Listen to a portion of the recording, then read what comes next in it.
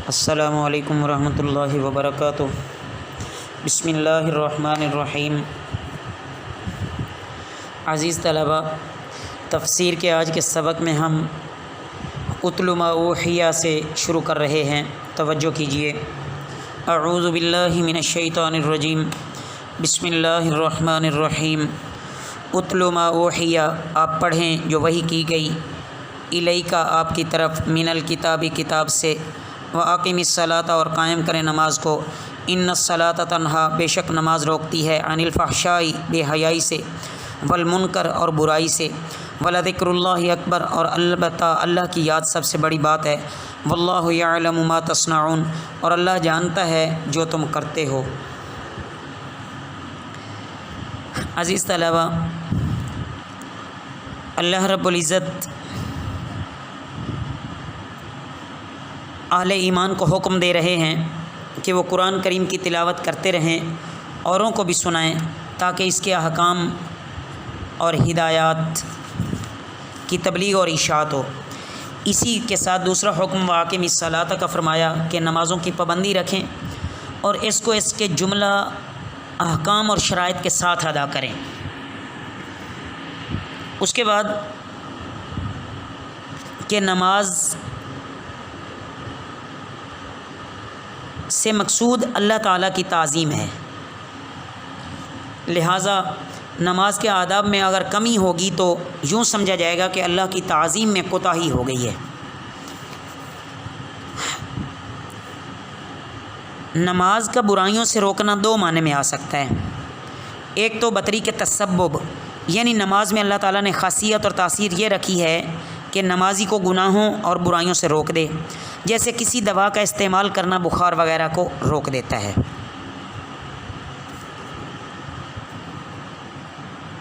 اور ایک چیز تو یہ ہو گئی، اور اس کے ساتھ ساتھ دوسری چیز یہ ہے کہ نماز کا برائیوں سے روکنا بطور اقتضاء کے ہو، یعنی نماز کی ہر ایک حیات اور اس کا ہر ایک ذکر مقتضی ہے کہ جو انسان ابھی بارگاہ الہی میں اپنی بندگی فرما برداری کا اقرار کر کے آیا ہے، مسجد سے باہر آ کر شرارت نہ کرے، بدعہدی نہ کرے۔ بہرحال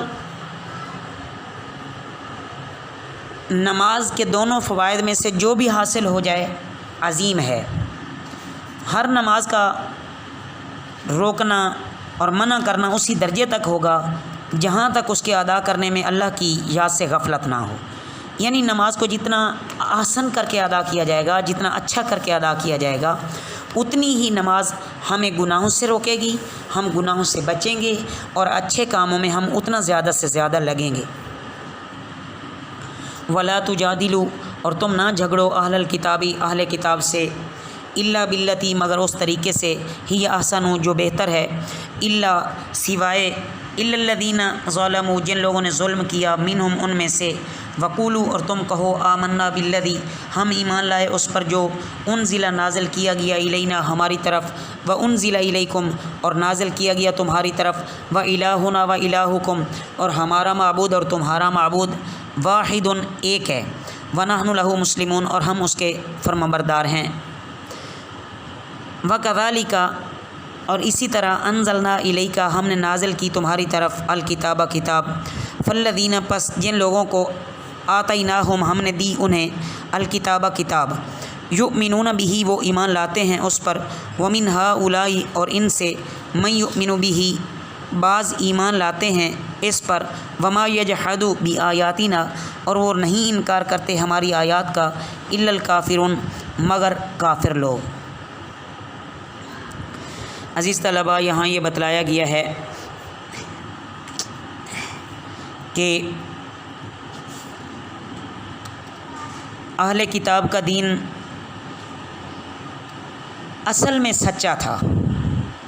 یہ مشرکوں کے دین کی جڑ بنیاد سے غلط نہیں ہے، اس لیے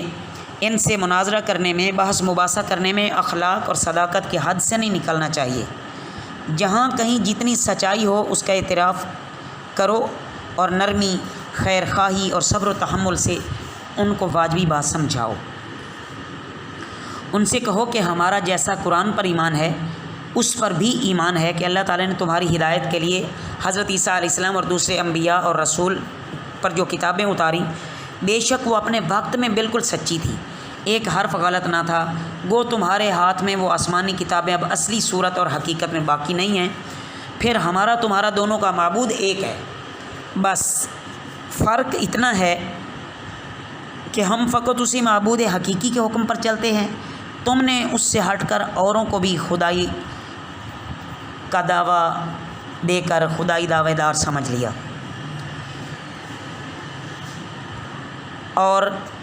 تم نے کچھ کو مانا اور کچھ کو نہ مانا اور آخری صداقت کے منکر ہو گئے۔ آخر ہماری کتاب میں تمہاری کتابوں سے کون سی بات کم ہے جو قبول کرنے میں تمہیں تردد ہے؟ بہرحال مگر یہ دلیل وہی پیش کر سکتا ہے کہ جو خود پہلے اپنے آپ کو وَنَحْنُ لَهُ مُسْلِمُونَ کا مصداق بنا لے کہ ہم اس کے فرما بردار ہیں۔ اس سے معلوم ہوا کہ دوسرے سے تبلیغ دین کے معاملے میں گفتگو کرنے سے پہلے خود پورا مسلم اور فرما بردار اور تابعدار ہونا چاہیے، ورنہ کس منہ سے کہے گا وَنَحْنُ لَهُ مُسْلِمُونَ کہ ہم تو اس کی فرما برداری کرتے ہیں۔ بہرحال ہم خود بھی اچھے کام کریں اور اوروں کو بھی اچھے کام کرنے کا بتائیں، ہم خود بھی برے کاموں سے بچیں اور اوروں کو بھی برے کاموں سے بچنے کی تلقین کریں۔ وَمَا كُنْتَ تَتْلُو مِنْ قَبْلِهِ اور نہ آپ پڑھتے تھے اس سے پہلے من کتابن کوئی کتاب، ولا تخطه اور نہ اسے لکھتے ہیں، بیمینک اپنے دائیں ہاتھ سے، اذا لارتاب المبطلون اس میں البتہ شک کرتے ہیں حق ناشناس۔ مطلب یہ ہے عزیز طلبہ کہ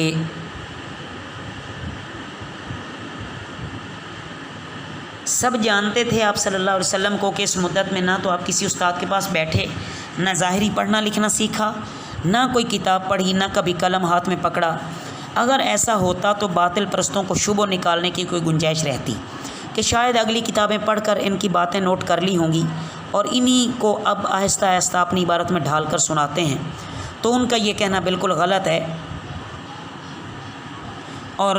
ان کو ایسی بیہودہ باتیں نہیں کرنی چاہیے۔ اللہ رب العزت ہمیں